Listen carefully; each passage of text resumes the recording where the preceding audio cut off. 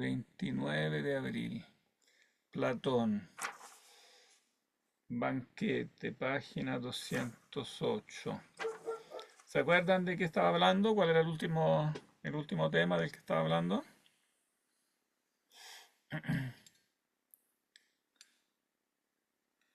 Por ejemplo, Fabián, ¿se acuerda? Oh, ¿Cómo, Fabián, profe? ahí, ya, ahí prende la velita si tienes, porque si no, no te veo. Sí, sí, no, Ahí. voy a intentar con la lámpara que tengo aquí. Ahora sí. ¿Cuál fue su pregunta, profe? ¿Se acuerdan en qué estábamos? ¿Cuál era el último tema ahí del discurso de Diotima? Faltaba la última parte, pero la penúltima, la que estábamos viendo, era... primero, bueno, leímos la parte de Aristófanes sobre los hombres redondos, ¿no? Que fueron Claro, cortados por Zeus y que andan buscando su propia mitad, que está sí. antes, pero que aquí Diotima lo recuerda y dice que en realidad, aunque en un sentido es verdad que andamos buscando la mitad, o sea, cada uno busca su propia mitad, en el sentido de que, ¿qué significa eso de buscar su propia mitad? Porque, ¿qué significa esa metáfora? Bueno, que la usamos comúnmente. ¿Qué significa Eh, eso? la actividad del ser humano de siempre está amando a alguien o algo. Pero, ¿qué significa que uno busca su propia mitad? ¿Qué significa eso de mitad? Él dice, eso lo Encontrar dice, a su alma gemela. Y al claro, en el final fondo que tiene el una complemento afinidad, para que estar encaja. La mitad se entiende como que son dos, eso es como una cosa que se cortó, pero eh, que entonces no tiene un corte irregular y entonces uno sabe cuál es la mitad porque encaja, porque en el fondo la, viene a complementar, ¿no? Y entonces, no necesariamente es gemela en el sentido de que sea igual, ¿no? Puede ser diferente, pero que complementa en el fondo, ¿no? Mm, bueno, en el fondo esta también es la idea básica que está detrás de la diferencia de los sexos, en el fondo, que son diferentes porque necesitan ser, o sea, es bueno que sean diferentes precisamente porque se complementan, ¿no? Aunque eso no lo dice Platón, digamos, lo estoy agregando, pero en el fondo, claro, es una afinidad complementaria. Pero él dice más en general, lo que uno ama es el bien, ¿no? Lo que los hombres aman no es otra cosa que el bien. Y El deseo de poseerlo y de poseerlo para siempre. claro, y el deseo del bien significa deseo de poseerlo. Y deseo de poseerlo significa deseo de mantenerlo. Por lo tanto, Ujú. de poseerlo siempre. Y entonces eso significa además que, o sea, implica además que, Que está en búsqueda de la inmortalidad, ¿no? claro, que el amor siempre implica amar la inmortalidad. Porque implica, em, bueno, por un lado podría decirse que implica que el bien sea algo estable. Entonces, que no sea un bien cualquiera, porque los bienes, digamos, normalmente que nos encontramos en el mundo no son estables. Pero este deseo de poseerlo siempre, aquí no lo dice en esta página, pero Platón es una cosa que, digamos, que siempre dice y ahora lo va a repetir también. Este deseo de poseer siempre el bien, permanentemente, eternamente, implica que el objeto, o sea, el bien mismo, el bien en sí, como lo llama él, no es algo que pasa, no es algo pasajero, es algo estable, es algo que en sí mismo tiene una estabilidad, una eternidad, ¿no? Profe, ¿en qué página vamos? Que Página no- 208. Bueno, esto que acabamos de decir en realidad está un poquito antes, en la página 206b, que del libro es la página 254. Anastasia, voy a anotarla. ¿Cómo se llamaba la? la, la filósofa con la que estaba hablando. Diotima, sí. Más que filósofa, ella es. ¿Cuál es su profesión? Sacerdotisa. Es sacerdotisa, claro, ella es sacerdotisa, ¿no? ¿Por qué eso? Eso ya lo dijimos también, es importante. ¿Por qué ella es sacerdotisa? Porque Platón recuerda aquí, es como el recuerdo de una conversación que Sócrates tuvo. Ella no está presente en el banquete, ¿no? Pero Sócrates dice, voy a recordar ese discurso que tuve con esta sacerdotisa. ¿Por qué sacerdotisa? ¿Cuál es el significado de eso?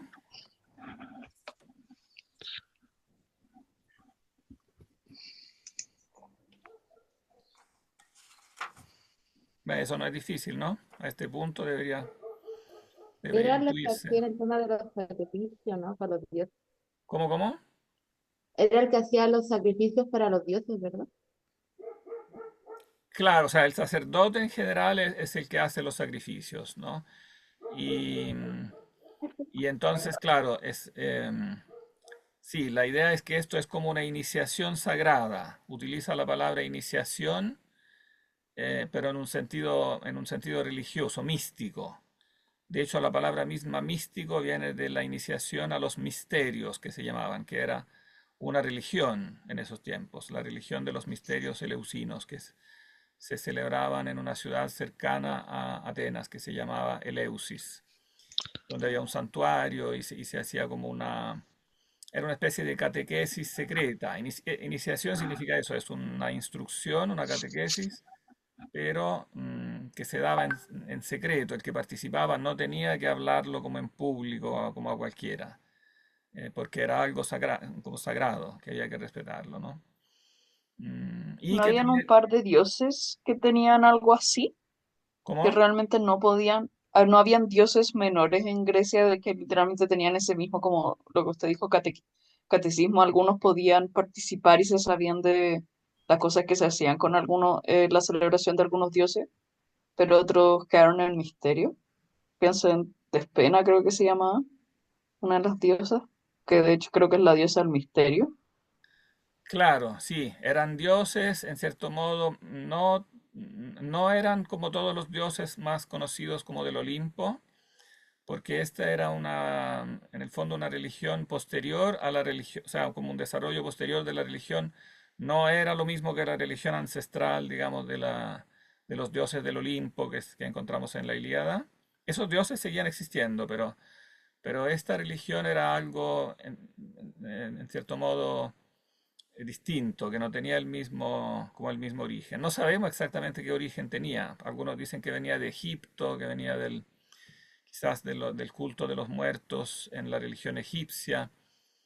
Y se sabe efectivamente que Platón tenía también una afición a los egipcios. Él había viajado a Egipto y los egipcios tenían toda una teología bastante desarrollada sobre el más allá, ¿no? El famoso libro de los muertos, por ejemplo, de los egipcios, que ha llegado hasta el día de hoy. Y bueno, y la religión mistérica tiene mucho que ver con eso, con el más allá, ¿no? Es una instrucción sobre el más allá, donde el más allá ya no es el mismo de Homero, que es un más allá. ¿Qué tipo de más allá? ¿Se acuerdan? Que hablamos de eso. ¿Qué tipo de más allá es el de Homero? ¿Cómo se lo, cómo El se lo mundo de las imagina? ideas. ¿Cómo? Como un mundo de las ideas. No, el de Homero no tiene mucho que ver con el mundo Ah, de las perdón, ideas. Homero, perdón. Perdón, me equivoqué. Perdón, La perdón. pregunta es en Homero, claro. Que nosotros lo mencionamos al comienzo cuando se habla de que el alma, que muchas almas de héroes, ¿no? Que los héroes, Altánatos, ¿o no? ¿cómo? Altánatos. Tánatos es la palabra griega que significa muerte, tánatos, ¿no? Se van a, o sea, hay distintas partes de el Hades, como también se le conoce, o el infierno. Se conoce como Hades, o más, sí, infierno se le usa a veces, o a veces se dice en plural ínferos o infiernos, que literalmente Hay, significa debajo de la tierra. Claro, es un sí, lugar pero debajo de la el más tierra. famoso ¿Cómo? La zona más famosa que tiene el Hades es el río donde va el barquero, Ah, claro, donde están hay las un armas de los que río no que hay pudieron que ser cruzar. enterrados. Claro, los muertos tienen que ser De acuerdo. enterrados para poder cruzar el río, como le dice Patroclo a Aquiles, que tiene que cruzar el río. Pero en general, ¿cómo se lo imaginan este lugar? ¿Qué tipo de estatus es el estado de las almas en el Hades? Yo igual me lo imagino mucho como lo retrató Disney en Hércules, ¿Ya? animado como, como esta situación acuática donde están como todas las almas flotando en este inmenso remolino. O sea, sí, puede tener diferentes características el paisaje, pero en general es un lugar oscuro, ¿no? Sin luz y sin vida. O sea, es como una vida en el fondo disminuida, ¿no? O sea, como que siguen vivas, hay una sobrevivencia del alma, pero no una sobrevivencia muy vital. Digamos, las almas están como medias en una vida como semi-vegetativa, no están muy activas, digamos. Es una vida oscura, como atenuada, ¿no?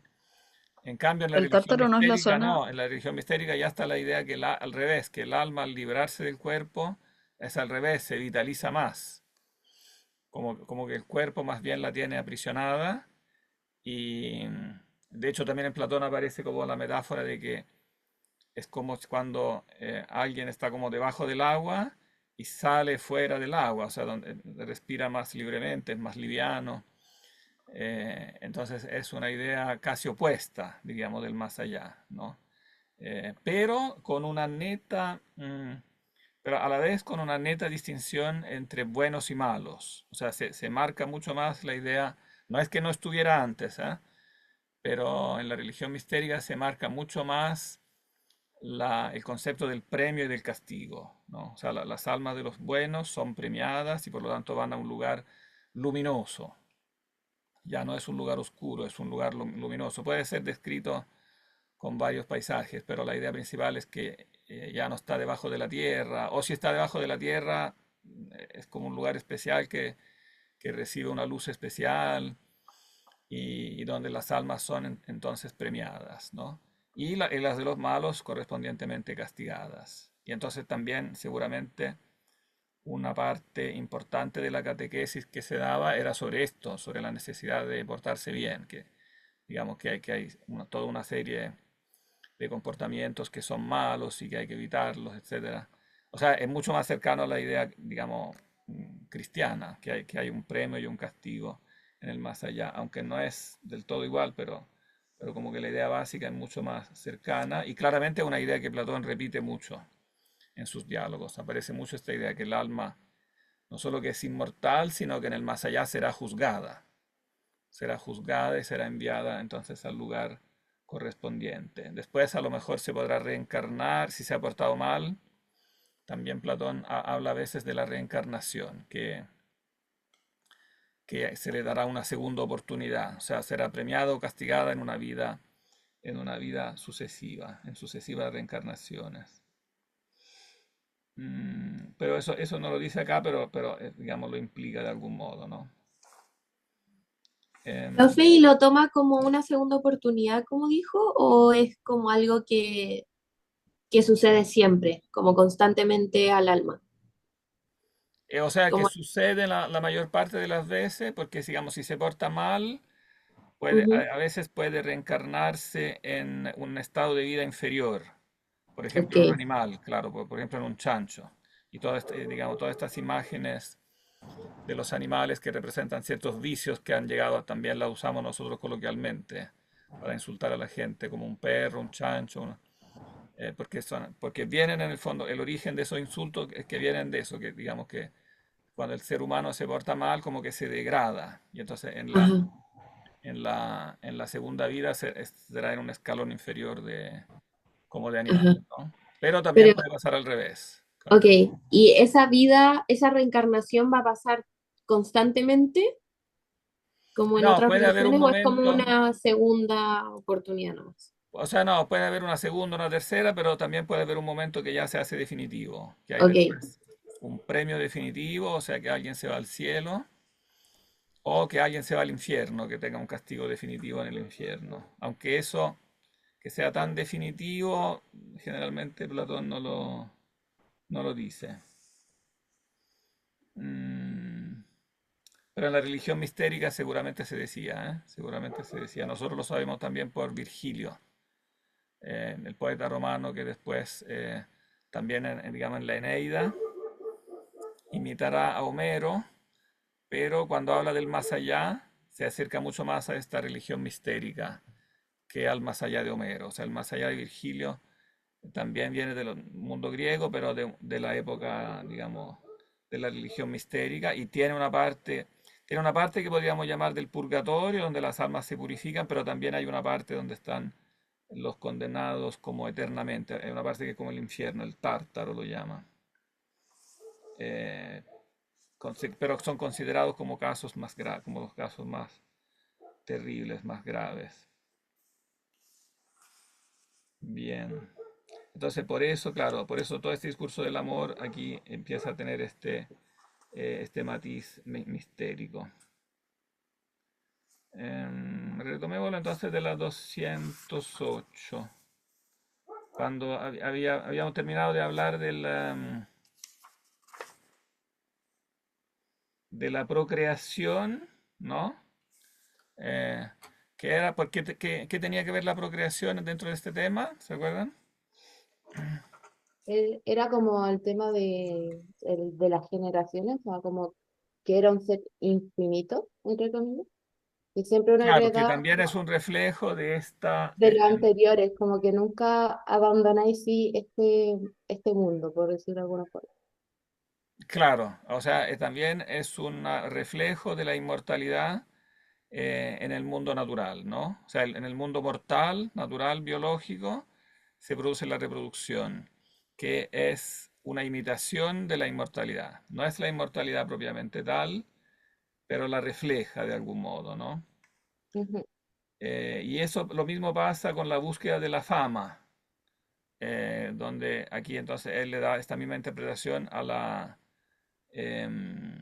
búsqueda de los héroes homéricos, ¿no? Que buscan una fama inmortal también. ¿Qué es la fama? Inmortalizarse.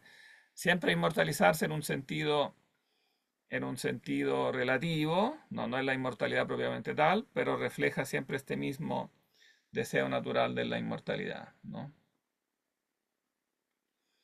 Mm, leámoslo de ahí entonces. De, de la 209 B. Eso parece que no lo habíamos leído. De página 259 del libro.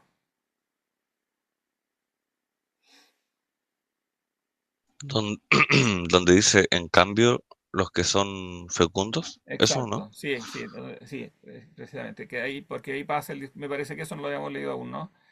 Porque ahí pasa el discurso de la Mm. fecundidad del cuerpo, la fecundidad biológica, ¿no? A la fecundidad según el alma. O sea, puede haber una, un dar a luz, ¿no? Un dar a luz según el alma. Tomémoslo de ella. ¿Quién lee?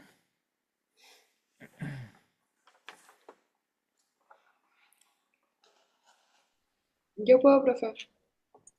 Ya, perfecto. Parte de ella, entonces 209A.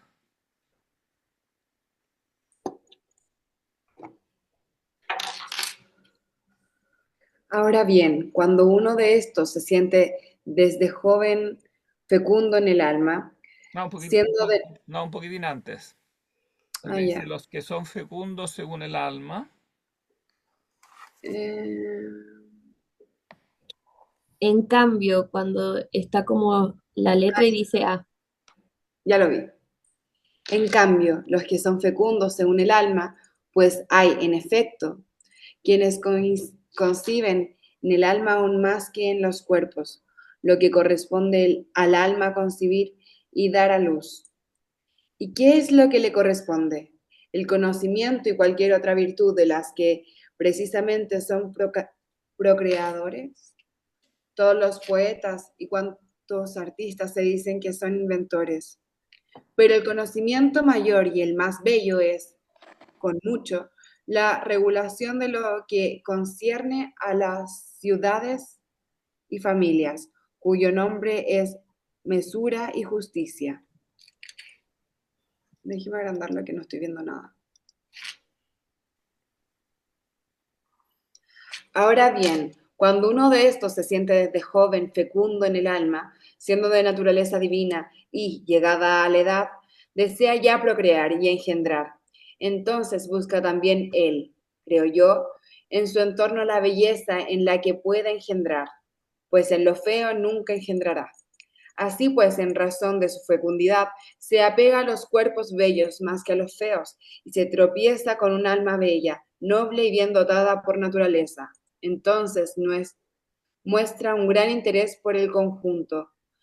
Ante esta persona tiene al punto abundancia de razonamiento sobre la virtud, sobre cómo debe ser el hombre bueno y lo que debe practicar, e intentar educarlo. En efecto, al estar en contacto, creo yo, con lo bello y tener relación con ello, da a luz y procrea lo que desde hacía tiempo tenía concebido, no solo en su presencia, sino también recordándolo en su ausencia. Y en común con el objeto bello ayuda a criar lo engendrado. De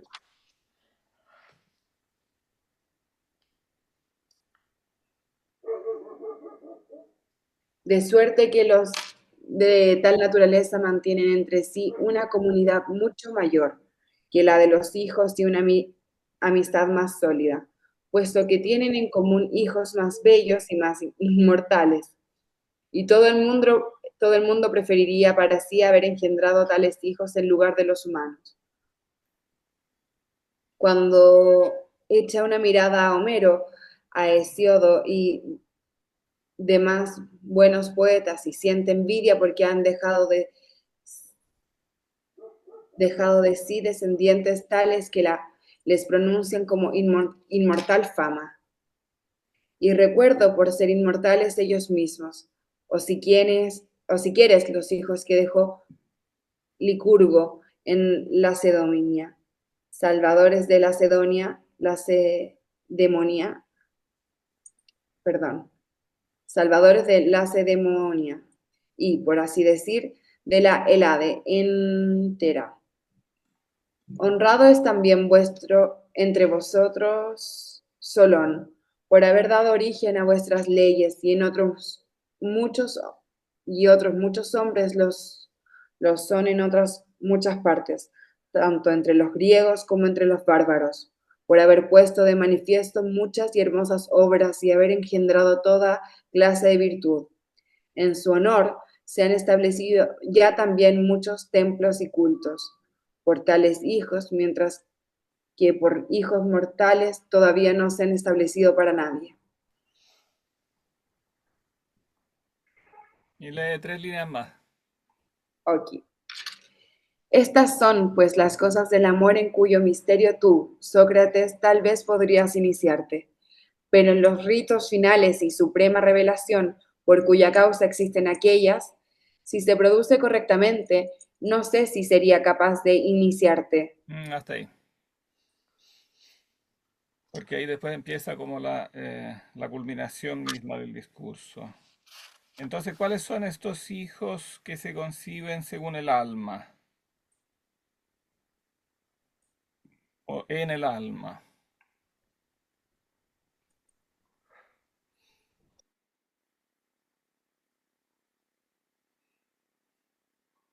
¿Cómo, profe? ¿Cuáles son entonces los hijos que se conciben y se dan a luz en el alma? El, o sea, por lo que yo entendí, es como el conocimiento, ¿no? Como el traspasar el conocimiento. claro, son como las obras, podríamos decir, del intelecto, que pueden Claro, ser de diferentes artes, ¿no? Por ejemplo, el arte, ¿no? Los poetas, los artistas, pueden ser escultores, arquitectos, eh, pero dentro de las artes, dice, algunas son más importantes que otras. ¿Cuál es la que él dice es más importante? El conocimiento mayor y el más bello.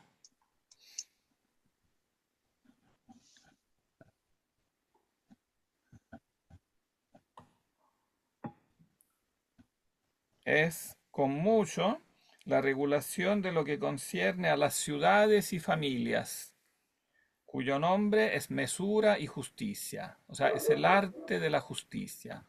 Entonces, por ejemplo, los legisladores, ¿no? Después menciona, por ejemplo, bueno, primero menciona a Homero, ¿no? Claro, las obras de poesía, Hesíodo, pero después se centra sobre todo en los legisladores. Licurgo, que era el legislador de la Cedemonia sería Esparta, que era una de las ciudades líderes, ¿no? Como de la, junto con Atenas. Y por eso Salvador de Esparta, ¿no? Y de la Hélade entera.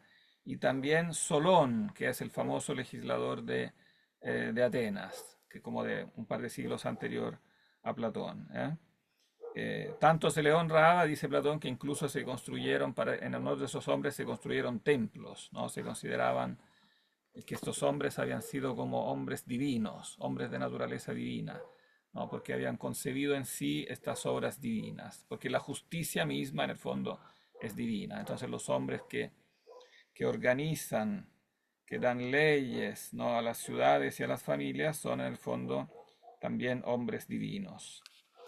Y, pero esto, a pesar de que esta es una generación según el alma, entonces uno podría pensar, bueno, si es según el alma, pareciera que no incluye la relación con otra persona, porque pudiera parecer que uno por sí solo dentro de su mente puede llegar a concebir estas obras artísticas, literarias, jurídicas, etcétera, ¿no? Pero no es así, ¿no? En realidad todas estas obras necesitan, esto es muy interesante, que necesitan cómo se conciben y se dan a luz y después se crían, son como bebés que después hay que criarlos. ¿Cómo se crían estas obras? ¿Cómo se conciben, dan a luz y crían estas obras, estos hijos del alma? siendo fecundada en el cuerpo y en el alma, No, y no, no, eso no necesitan, da no, no luz, necesitan del cuerpo, no necesitan la fecundación del cuerpo, pero necesitan la fecundación del alma. ¿Y eso qué implica? ¿Qué se entiende con eso, fuera de la metáfora? Hablaba también de un entorno bello, como ¿Cómo? un entorno bello, como, Claro, pero en el nivel del alma, eso significa buscar en el fondo a otra persona. O sea, así como cuando uno quiere tener una pareja, busca una persona atractiva, digamos, del punto de vista físico. eh, Así, del mismo, análogamente, uno busca una persona atractiva del punto de vista del alma y con esta persona, en el fondo, con la amistad, podríamos decir, con esta persona, con la amistad que no es física, digamos, que es una amistad como, bueno, un amor platónico, según la frase que todavía usamos, ¿no?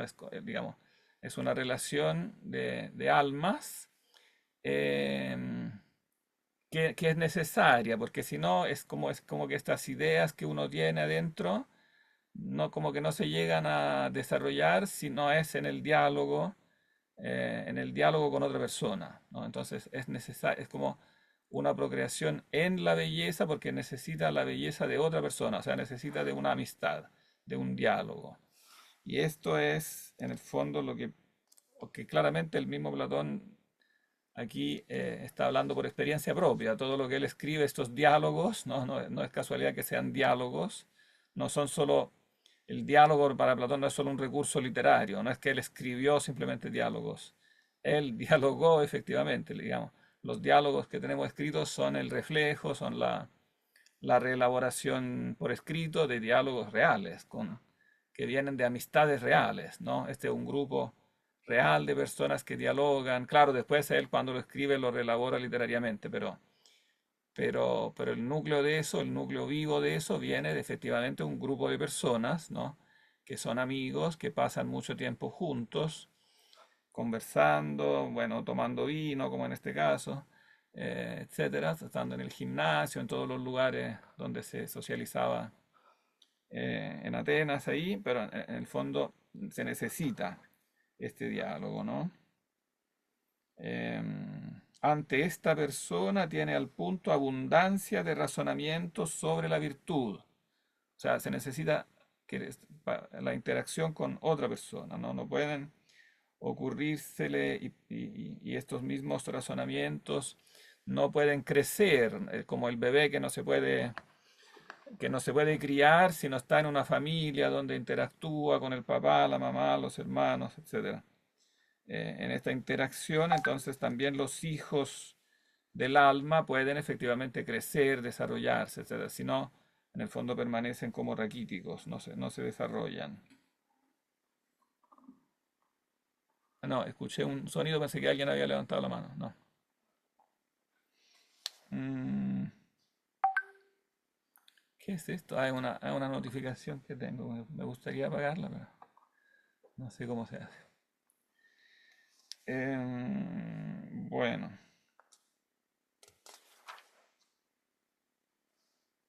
Entonces, bueno, llegado a este punto, ya dice Diotima, estaríamos listos para que tú como que llegues al final de como de esta iniciación, de esta instrucción, ¿no?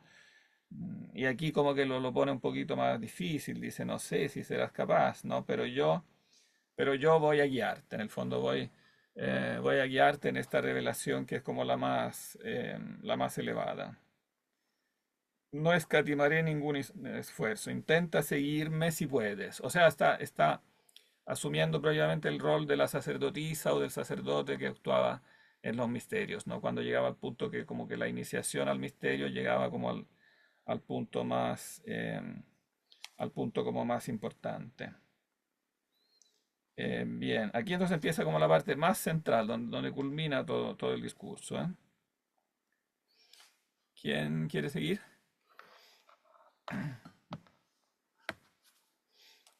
A mí me gustaría seguir, profe. Ya, perfecto. Lee de la 210A, donde Ok. dice por consiguiente. Ujú. Por consiguiente, yo misma te lo diré, y no escatimaré ningún esfuerzo. Intenta seguirme si puedes. Es preciso, en efecto, que quien quiera ir por el recto camino a ese fin, comience desde joven a dirigirse hacia los cuerpos bellos, y si su guía lo dirige rectamente, enamorarse en primer lugar de un solo cuerpo y engendrar en él bellos razonamientos. Luego debe comprender que la belleza que hay en cualquier cuerpo es afín a la que hay en otro, y que, si es precioso perseguir la belleza de la forma, es una gran necesidad. No No, considerar una... necedad, necedad. Ah, necedad. Perdón, profe. Es una gran necedad no considerar una y la misma la belleza que hay en todos los cuerpos.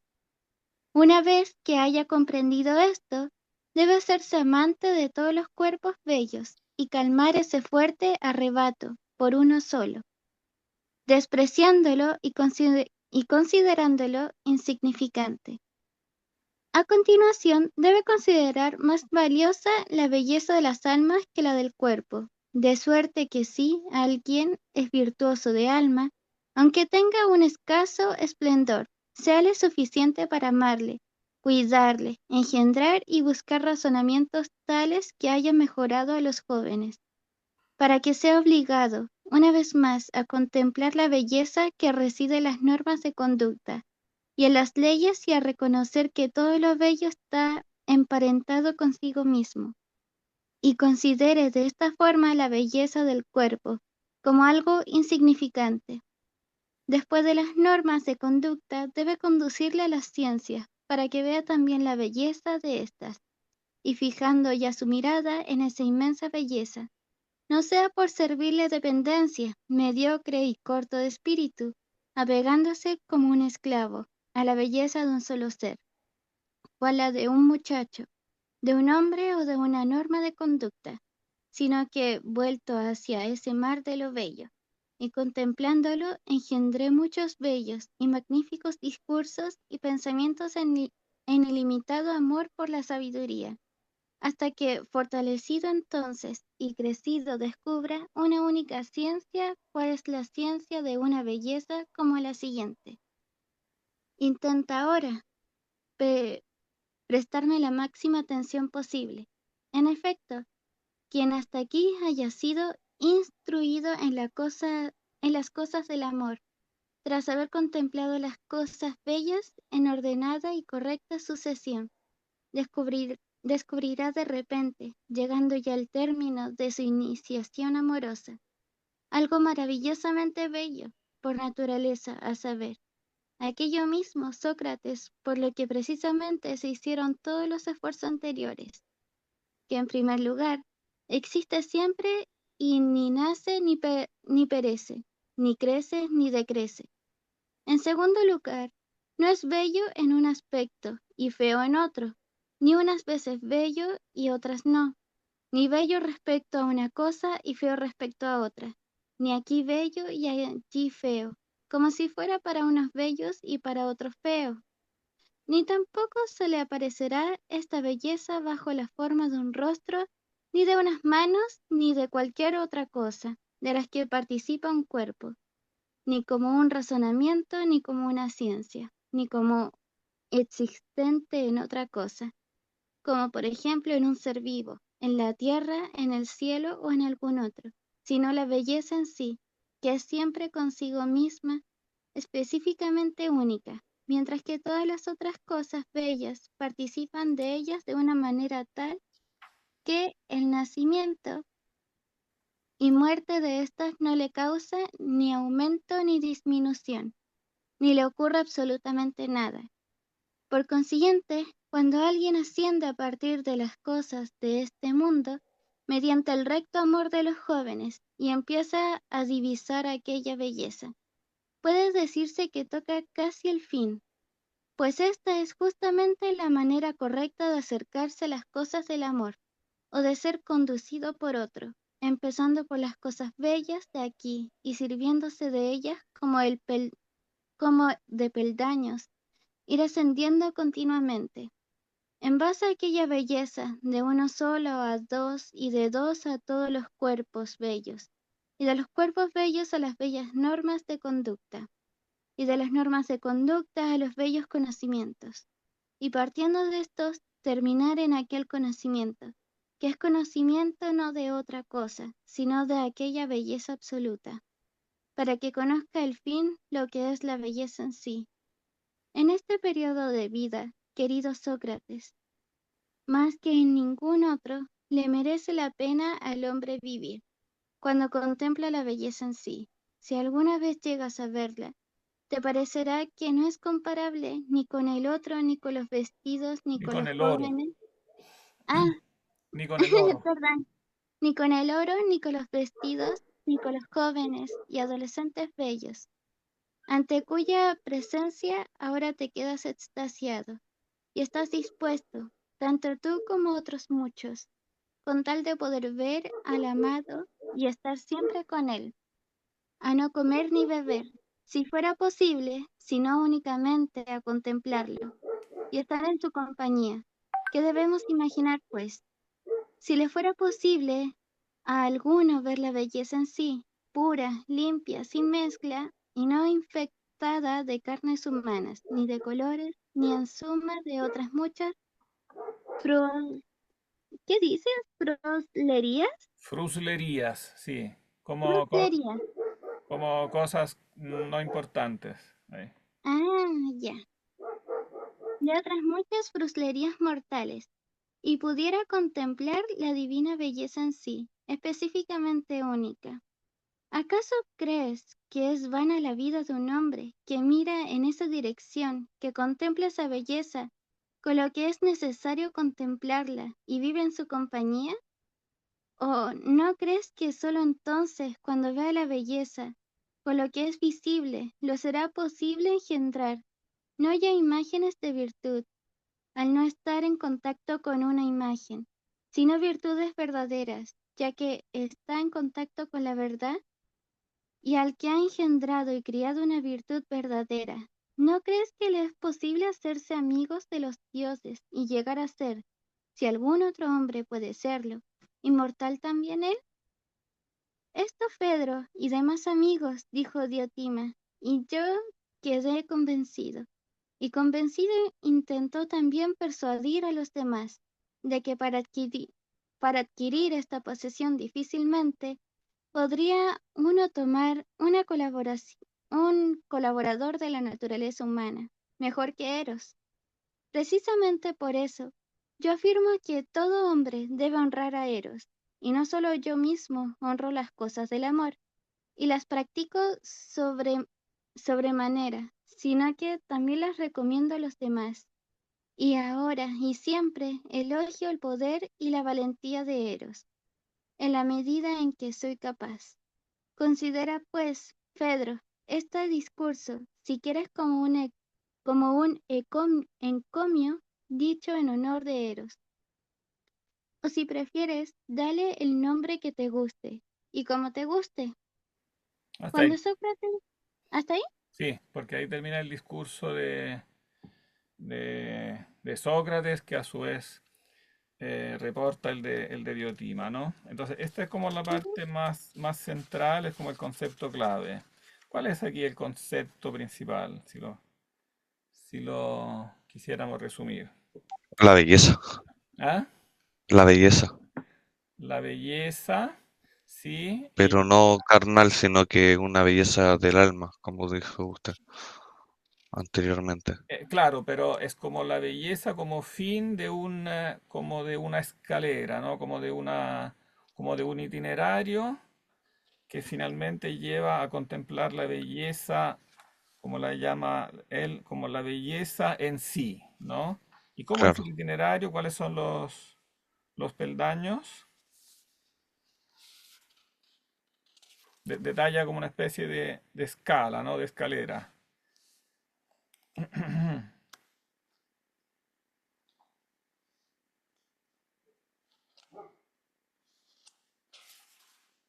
¿Cuál es el primer peldaño? ¿Qué es lo primero que uno empieza a amar cuando empieza como en este itinerario? ¿Qué es lo primero que amamos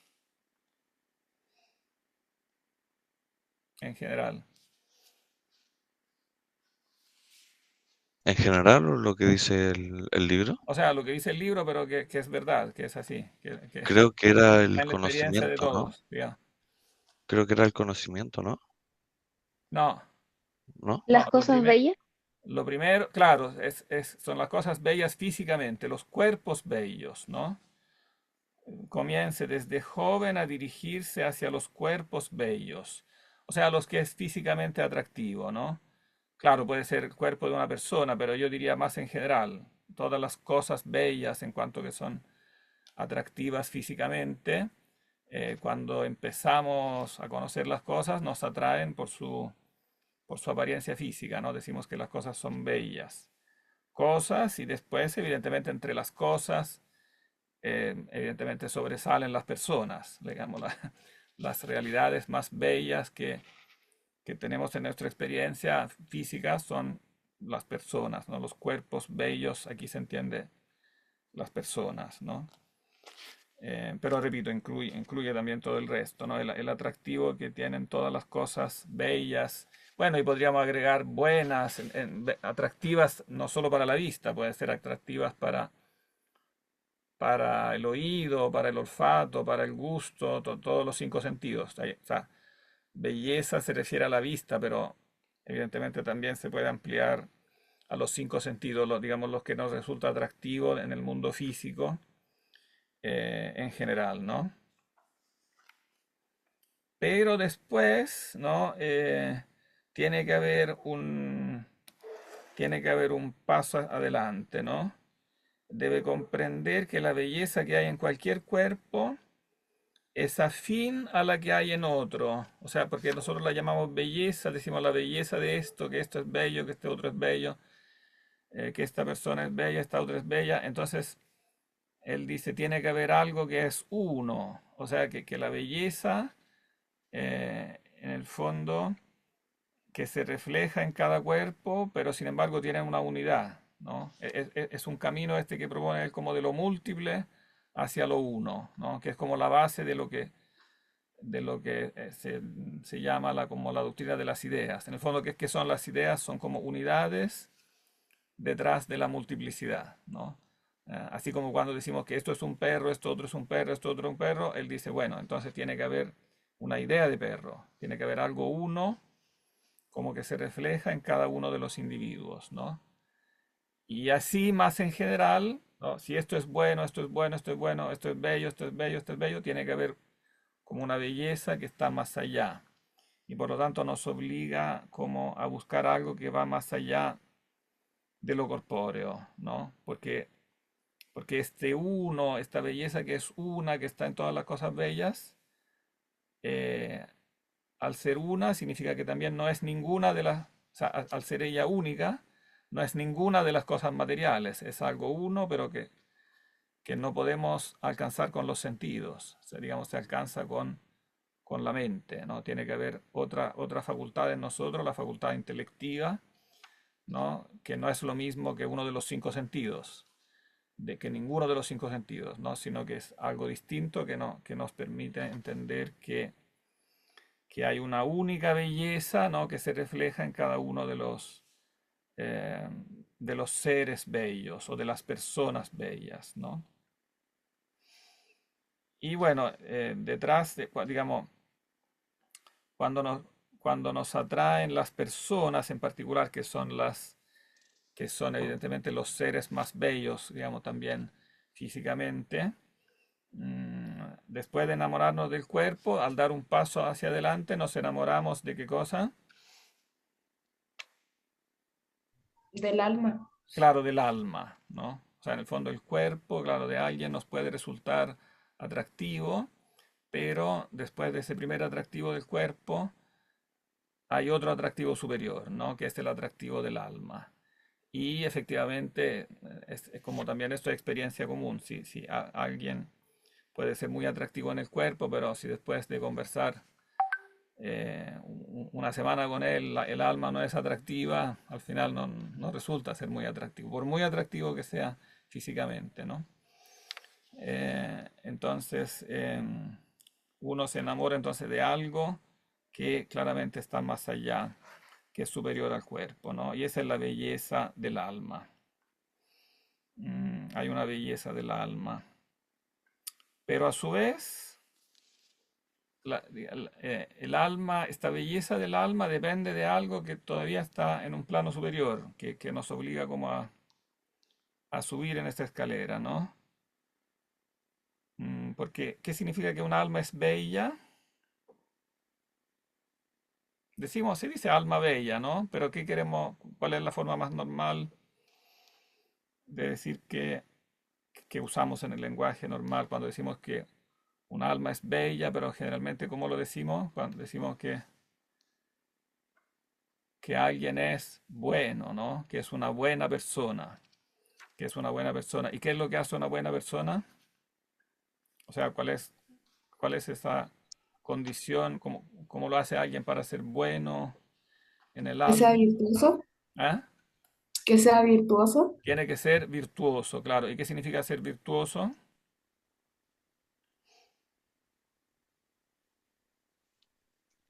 Bueno, bondadoso. Claro, son sinónimos, pero para darle una, o sea, de qué tiene como a qué tiene que referirse alguien para ser bueno, o qué tiene que hacer alguien para ser bueno, digamos. Practique Claro que practique, esa virtud. claro, ¿y qué es la virtud?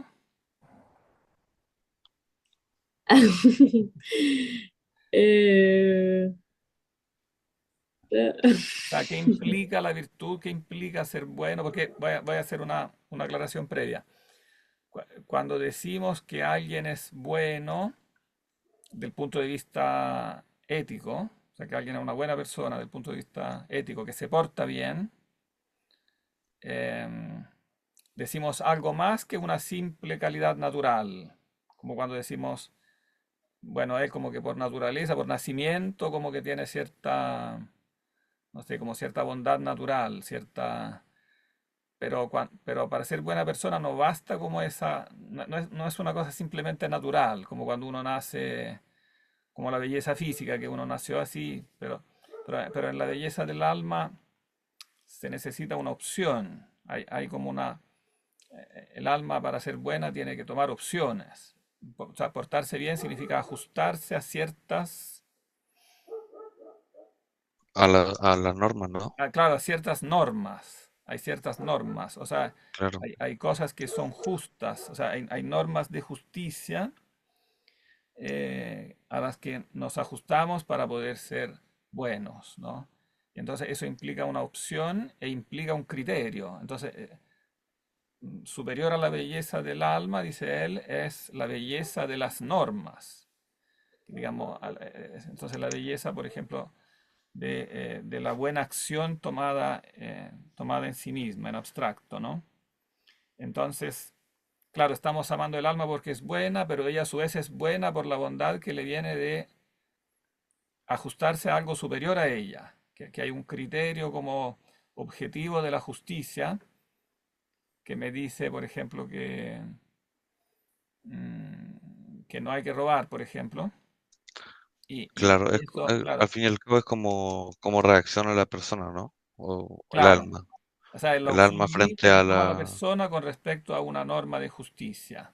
Claro, Y entonces nosotros cuando nos enamoramos de una persona porque es buena, pero en el peldaño siguiente nos damos cuenta que ¿por qué esa persona es buena? Porque se ajusta a esa norma. Y entonces nos damos cuenta que por sobre esa alma amamos esa norma. Porque la norma es lo que hace el alma bella. No es simplemente una... La norma no es simplemente algo que está en el mismo plano, es algo superior. A esa norma hay que ajustarse para ser buenos, ¿no? Y entonces es algo superior. Y nosotros amamos esa norma más que la propia alma, ¿no? Tanto así que si el alma se porta mal, o sea, si la persona en cuestión se porta mal, nosotros no nos conformamos con eso, tratamos de corregirla. Decimos, o sea, porque en el fondo no nos gusta. O sea, por mucho que la queramos a la persona, no queremos que se porte mal, no amamos ese portarse mal. Entonces, amamos esa norma de forma tal que buscamos como convertir a la persona a que se porte bien, como persuadirla que se ajuste a esa norma, ¿no? Porque eso la hace a su vez más amable, ¿no? Porque la hace más bella, en el fondo, más atractiva. Y entonces, bueno, aquí ya tenemos un salto, porque ¿qué diferencia hay como ontológicamente en el plano del ser entre un alma y una norma? Hay una diferencia, porque el alma es un ser mudable, ¿no? Mientras que la norma es un ser,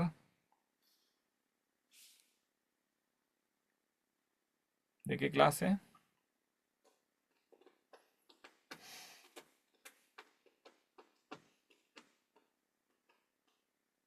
eh, como de justicia, ¿no?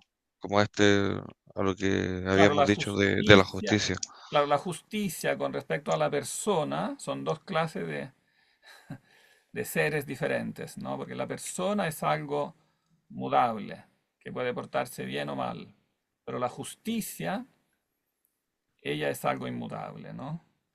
Claro, Entonces, son los criterios para ya nos que se estamos comporte la acercando al persona. plano, o sea, hemos cruzado, cuando nos damos cuenta que amamos la virtud en la persona y que la virtud significa ajustarse a la justicia, nos damos cuenta que amamos, o sea, el nivel del ser inmutable es superior y por lo tanto lo amamos más.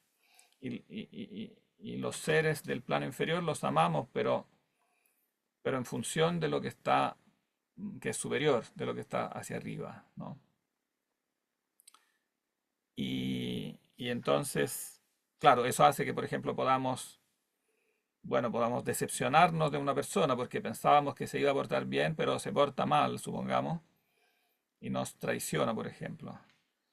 Y, pero no podemos decepcionarnos en cambio de la justicia o de la fidelidad, digamos, de, de estas cosas. Una vez que nos enamoramos, no, estas cosas no nos pueden decepcionar porque son, son ellas como tales, son indestructibles, son inmutables. Digamos, las personas pueden fallar, pero no la justicia en sí, no la norma en sí pertenece a un plano del ser que ya no cambia, ¿no? Y eso es lo que en el fondo a donde apunta Platón cuando dice amar es querer poseer siempre el bien, ¿no? Y entonces el bien en sí tiene que ser algo estable, ¿no?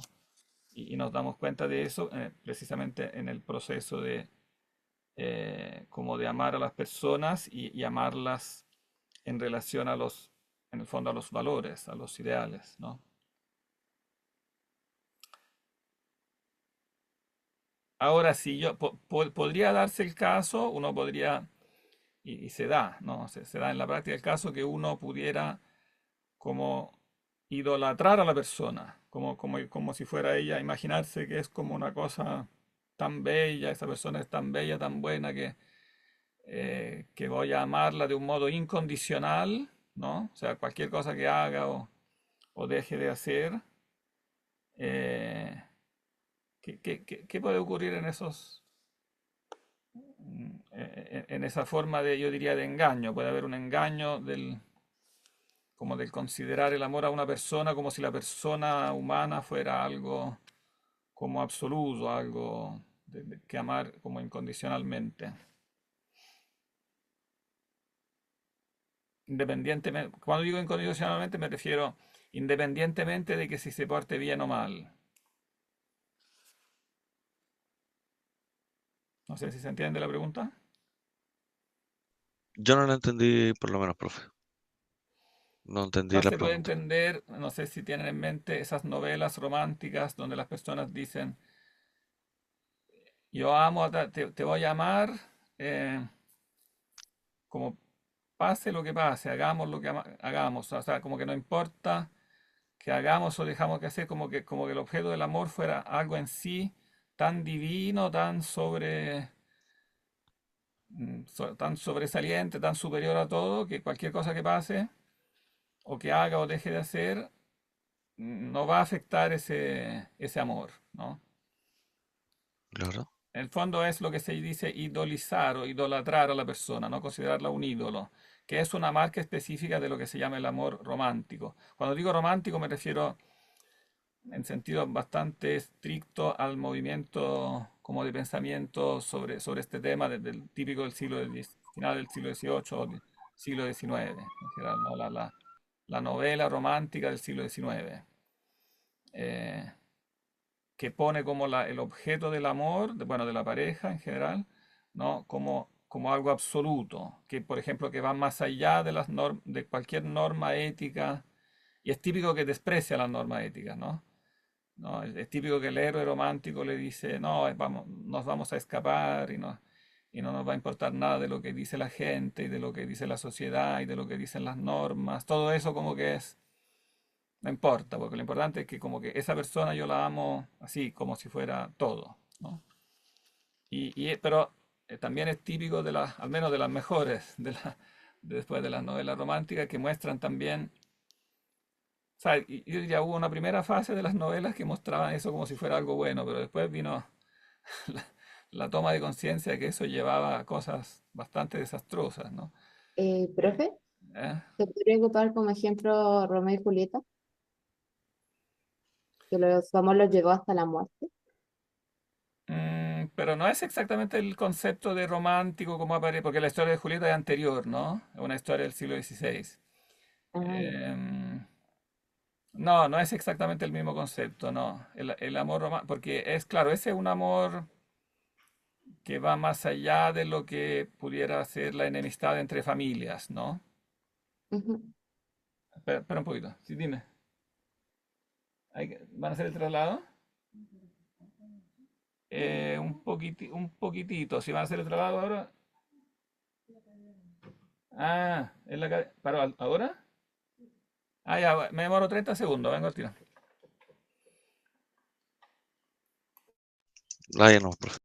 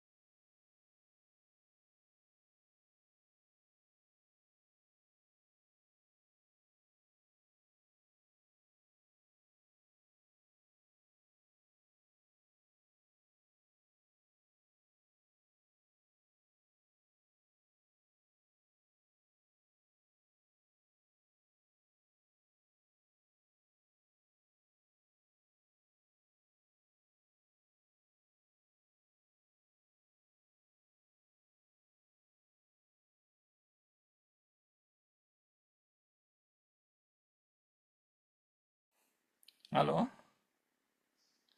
Hola, Aquí, profe. aquí me apareció una cosa. Un participante ha solicitado que inicie el resumen de la reunión. Ah, no sé qué significa eso, pero bueno. ¿Alguien ha solicitado algo? Profe, fui yo, fue sin querer.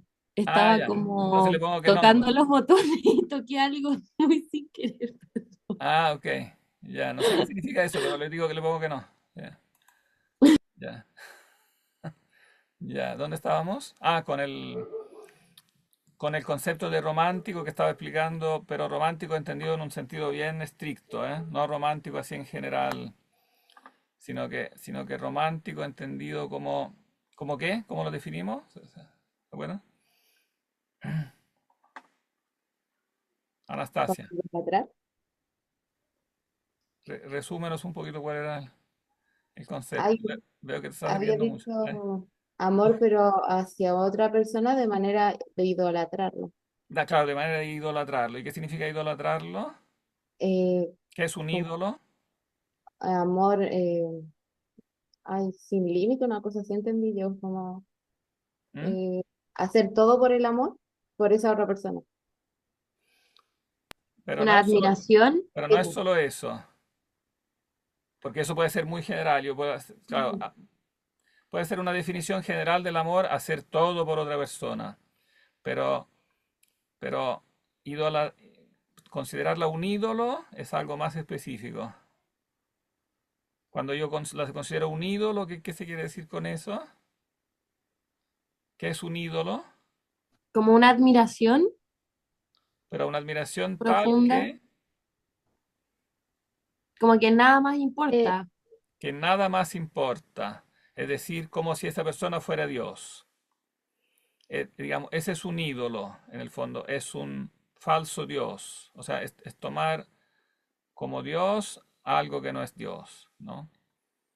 Eh, y que es, bueno, obviamente la palabra como tal está sacada del uso de la Biblia. En la Biblia se habla de los ídolos en relación al verdadero Dios, ¿no? Y es considerado como el pecado más grave, evidentemente, ¿no? O sea, considerar a algo que no es Dios, ponerlo en el lugar de Dios. Porque eso hace, evidentemente, que también eso tiene como consecuencia ética directa que se desprecian precisamente todas las normas éticas, ¿no? Porque en el fondo si alguien es Dios, entonces, claro, no, como que de él mismo derivan todas las normas y cualquier cosa que me ordene esa persona es que es como una orden divina. Entonces voy a hacer cualquier cosa que me ordene, ¿no? Ahora puede ser para una persona, y en este caso la llamamos romántica en este sentido, pero también esa idolatría puede ser de otra cosa, por ejemplo, puede ser del Estado. O sea, idolatrar, por ejemplo, el líder de un Estado, ¿no? Lo que ha pasado en los regímenes totalitarios, ¿no? O sea, el líder es tal que yo hago todo lo que ordene porque es como si fuera Dios, ¿no? Entonces, esa es la idolatría, claro, y eso choca con esta objetividad de las normas de conducta, ¿no? Entonces dice, claro, en el fondo el amor del alma bella es saludable, pero siempre y cuando yo me doy cuenta que la belleza del alma no es una emanación de ella, sino que deriva del hecho que el alma se ajusta a ciertas normas de conducta y por lo tanto que existe una justicia que es superior al alma. Oh, y a su vez, después hay otro peldaño más. A su vez, las normas de conducta se ajustan a otra cosa todavía superior que es ya el cuarto peldaño. Estaba el cuerpo, el alma, las normas de conducta, y ya en el cuarto y penúltimo, ¿Ahora sería el conocimiento? ¿cómo? ¿El conocimiento? Claro, ahora sí es el conocimiento, la ciencia, porque las normas derivan de la ciencia, porque, digamos, yo me ajusto a ciertas normas cuando conozco cómo son efectivamente las cosas, ¿no? O sea, las normas no son algo arbitrario, sino algo que viene de la naturaleza de las cosas. Y entonces cuando yo conozco la naturaleza de las cosas, comprendo por qué hay ciertas normas, ¿no? Y entonces me enamoro más, digamos, más arriba que de las normas, me enamoro de las ciencias como tales, de lo que me dice como la estructura última de las cosas, ¿no? No sé, por ejemplo, yo me compro una lavadora y leo la libreta de instrucciones. Esas son las normas, ¿no? Que me dicen cómo se usa. Pero evidentemente las normas dependen de cómo la lavadora está fabricada. Entonces yo me enamoro tanto que quiero ser ingeniero y fabricar lavadoras, ¿no? O sea, me enamoro de la ciencia que está detrás de esas normas, ¿no? No me conformo con aplicarlas, sino que yo quiero construir lavadoras y entonces quiero entrar en la como naturaleza íntima, en la estructura de la lavadora que me permite conocerla a fondo, ¿no? Y eso es superior porque de eso después derivarán las normas, ¿no?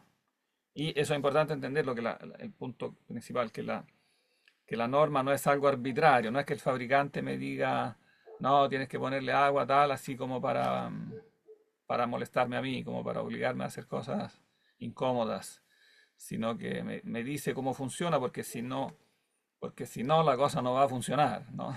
Y entonces, porque en el fondo la norma es una derivación de la estructura de la cosa, de la idea que está detrás, del proyecto, ¿no?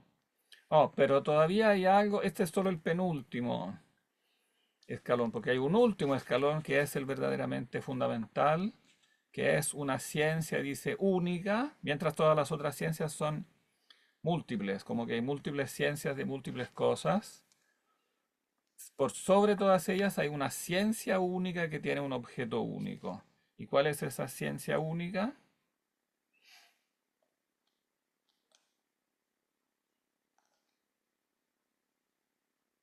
¿O cuál es su objeto? ¿Cuál es el objeto de esa ciencia única?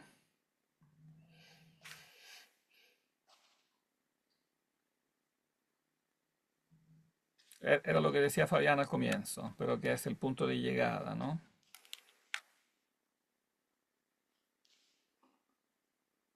Fabián, Eh, ¿Conocimiento? ¿O pero no? No, conocimiento de qué, ¿cuál es su objeto último? o no me acuerdo lo que dije. Pero tú lo dijiste, Sí, sí, no me acuerdo. ¿no te acuerdas? Eh, ¿No? no, Pero te acuerdas que dijimos, o sea, en cada escalón dijimos que amamos los cuerpos bellos, las almas bellas, las normas bellas, las ciencias bellas, y finalmente claro. estas son bellas en plural, pero estas cosas bellas en plural, finalmente todas ellas reenvían a una única, Como una belleza absoluta, claro, a ¿no? una única belleza en sí, la belleza en sí. En términos modernos nuestros, la belleza absoluta. Claro, la belleza en Ujú. sí es la belleza absoluta. O sea, la belleza que hemos conocido como reflejada en cada uno de los escalones anteriores. En el fondo, cuando uno llega a esta ciencia única, que no es, hay que tener cuidado aquí, no es algo meramente como de conocimiento en el sentido que uno la estudia, hace una clase sobre esa y entonces la aprende. No. Sí, hay que también, puede haber una clase sobre esa como la estamos haciendo, pero finalmente es algo que no se puede realmente transmitir así como, sino que de un modo, dice aquí, hay una palabra que es importante, dice, tras haber contemplado las cosas bellas en ordenada y correcta sucesión, descubrirá de repente, la palabra clave aquí es de repente, descubrirá de repente, llegando ya al término de su iniciación amorosa, algo maravillosamente bello por naturaleza.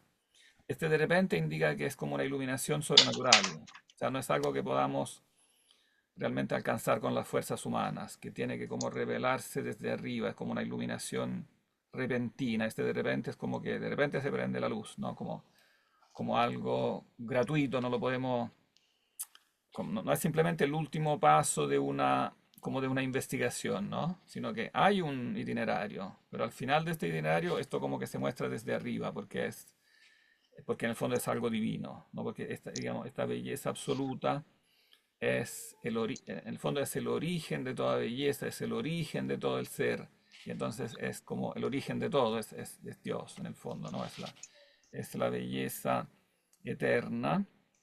Y entonces aquí hace como el elenco de todas sus características, por eso insiste tanto en este elenco, ¿no?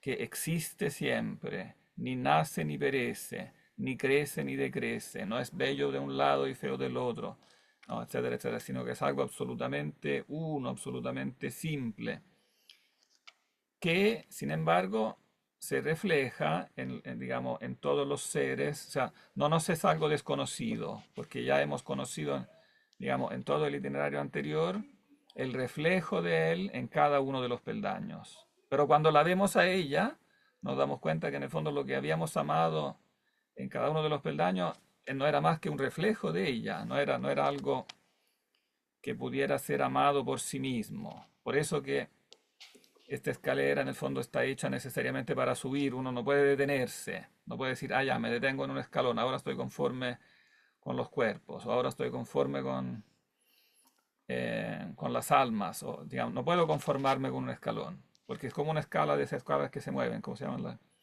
las escaleras mecánicas, no puedo decir, ahora me conformo con estar en un escalón, la escala está hecha para mover, una vez que yo me subo, no puedo detenerla. Si intento detenerla, lo que se produce es una catástrofe, quedo como atrapado en ella, es como si el mecanismo de la escalera es como si trancara la escalera mecánica, ya deja de funcionar y me puede, y me deja atrapado, se transforma en algo, va en contra mío, ¿no? Entonces, este es el punto clave, porque en el fondo aquí la idea clave es que el ser mismo y el atractivo mismo de todos los seres no era algo con que pudiéramos conformarnos. Entonces está hecho para atraernos, pero para que podamos subir como al escalón sucesivo. Y llegar a lo último es lo único que realmente puede dejarnos tranquilos, digamos, puede darnos la felicidad, ¿no? Es lo único que al final vale la pena, porque todo el resto no es más que un reflejo de aquello. No, entonces no puede satisfacernos porque es algo que quisiéramos agarrar, que quisiéramos detener, pero no nos deja porque es como una imagen en el espejo, ¿no? Es como querer abrazar a una persona e intentar abrazar el espejo. Mientras no me gire y no me dé cuenta que esa es una imagen, no, no voy a alcanzar cuál es el verdadero objetivo del amor, ¿no? Por eso, bueno, por eso todas las decepciones del amor, ¿no? En el fondo está dando la razón metafísica de eso. Nos decepcionan las cosas, las personas, etcétera, porque no vemos el real como sentido que tienen, ¿no? Que tienen un cierto atractivo, pero limitado. Son bellas por un lado y feas por el otro, etcétera, ¿no? Y entonces funcionan como atractivos, pero no debemos tomarlas como absolutos. En el momento que la tomamos como absolutos, se nos vuelven en contra, nos decepcionan E incluso muchas veces, eso también es una experiencia común, terminamos odiándolas, porque en el fondo no nos pueden dar lo que nosotros imaginamos que deberían darnos. Y entonces terminamos odiándolas porque terminamos culpándolas que no nos dan esa perfección, esa maravilla, esa cosa que nosotros correctamente imaginamos que deberían llegar, pero que no nos puede llegar de esa forma.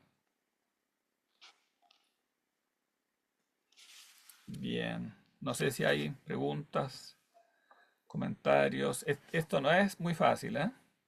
No sé si se entendió o quedaron dudas.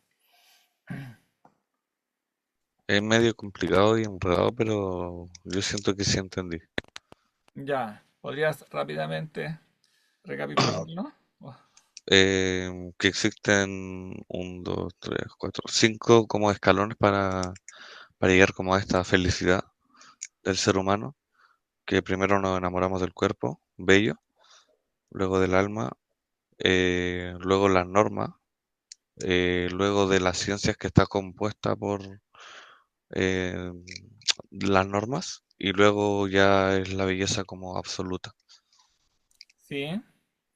¿Y, y y cuál es la relación entre la belleza absoluta y y las cosas bellas o personas bellas? ¿Cuál es la relación exacta entre belleza en sí, belleza absoluta, y belleza? Él usa una palabra que después pasa a ser canónica, participación. O sea, las otras cosas participan de la belleza. O sea, una sola es Claro. la belleza en sí, pero todas las otras cosas participan de la belleza. ¿Qué significa eso de Claro. participar de la belleza? Mm, ¿Que la conforman? No exactamente que la conformen, más bien que la imitan. Son como Claro, es un imitaciones de la reflejo. belleza. O sea, es Claro, son reflejos como cuando, bueno, antiguamente te mandaban el retrato de la novia, se armaban los matrimonios a distancia, no existían las fotos, pero mandaban el retrato, ¿no?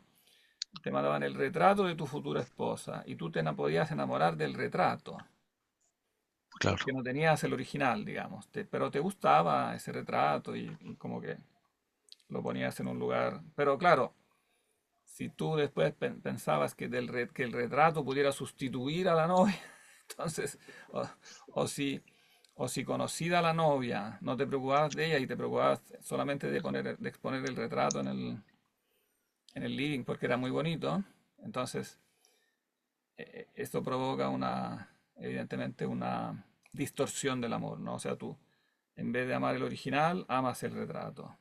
La- eh, eh, que lo amas porque participa de la belleza del original, pero sí, pero fue diseñado como un medio para acceder al original. Si tú lo transformas en cambio en el fin, entonces te transformas o sea, se transforma en una patología mental, ¿no? Enamorarse del retrato a preferencia de la persona, ¿no? Y eso es lo que hacemos todo el rato, porque, porque tenemos esa tendencia claro, a no ascender a lo que es verdaderamente el objeto del amor y a conformarnos con escalones intermedios, y esos continuamente nos dejan entonces insatisfechos. Bien, dejémoslo aquí porque ya es bastante tarde. Y creo que vimos como el concepto esencial. Reléanlo con calma para meditarlo porque este es un punto central. O sea, a partir de eso se ilumina como todo el resto que vimos antes. ¿Ah? Así que bueno, eso sí o sí tiene que entrar en el ensayo después de la próxima semana. O sea, cualquier pregunta que salga tienes que conectarla con esto que es con esto que es el concepto central. Entonces, hay que releer el resto como a la luz de lo que se dice acá. Profe, Ajá. en la solemne de la próxima semana va a entrar hasta lo que leímos hasta hoy. Sí, exacto. Sí, sí. Y aparte toda la Ilíada. O sea, no, los cantos selectos. Ah, solamente los cantos que leímos. Solo los cantos que vimos, claro. O sea, Ya, el 1, el 16, 18 el y 24. 24. sí. Y, y el texto, y para acompañamiento el texto de Lewis, ese de los cuatro amores, ese es muy bueno. No todo, pero casi todo. Son los primeros, o sea, menos el último capítulo, que es el de la caridad, entran todos, hasta el eros. Ya. Está como lo llama, el afecto, la amistad eh, y el eros, ¿no? ¿Le molestaría Bueno, y la escribirme introducción. en mi WhatsApp? Todos los capítulos menos el último, que es la caridad, porque el tema de la caridad no está mucho en lo que leímos hasta ahora. Estará después, en los textos que siguen. Entonces, hasta Eros ahí entra amistad y sobre todo son los temas claves son amistad y Eros en el fondo. Y claro, tienen que como leerlo y como que integrar esos conceptos como dentro de las respuestas. No hacer algo así como un resumen aparte, sino que como que integrar esas reflexiones dentro del desarrollo como dentro del desarrollo de las respuestas. Esa es como la idea. Entonces lo que yo voy a hacer, les voy a dar las preguntas como a la misma hora que solemos empezar, como a las 6:30 por ahí, o un poquito ¿Ya? antes quizás, y para que tengan como, después voy a poner como hasta medianoche, una cosa así. Mm, Ya, profe. Eso, bien, Ya, profe. listo. Entonces la próxima vez no tenemos clase, sino que ese tiempo lo van a dedicar al desarrollo. Sí. Ok, Ahí les voy a mandar como en todo caso la pauta como más precisa. ya. Mm. Y el temario de lo que entra también lo va a mandar, ¿no? Mm, Más el temario. No tengo propiamente un temario, son los temas básicamente los conceptos que hemos visto en clase. Sí. Claro, La idea es ya. como, en el fondo la habilidad básica es saber mostrar que uno conecta los conceptos, pero también que conecta los textos. O sea, que es capaz de hacer referencia, como en torno a un concepto, hacer referencia a diferentes textos. Que uno, Ujú, para mostrar que uno como que ha leído los textos, que los puede manejar. Esa es la idea. Y los puede claro, citar. Es importante que haya citas, Ok. que haya ok. como citas y referencias de los textos. Eso. Profesor, ya pasó lista que me uní un poquito tarde. Parece que te anoté. Sí, a ver. Paulina. Sí, Sí, sí, te gracias, profe. anoté. Valentina. Anastasia, sí, la anoté. Sí, sí, sí, sí. 1, 2, 3, 4, 5, 6, 7. Sí, sí. Están todos anotados. Bien. Un gusto entonces. Chao, profe, que esté bien. Que estén bien. Chao, Hasta la profe. próxima. Chao, profe. Chao, profe, cuídese. Chao, chiquillos. Gracias. Chao, chao.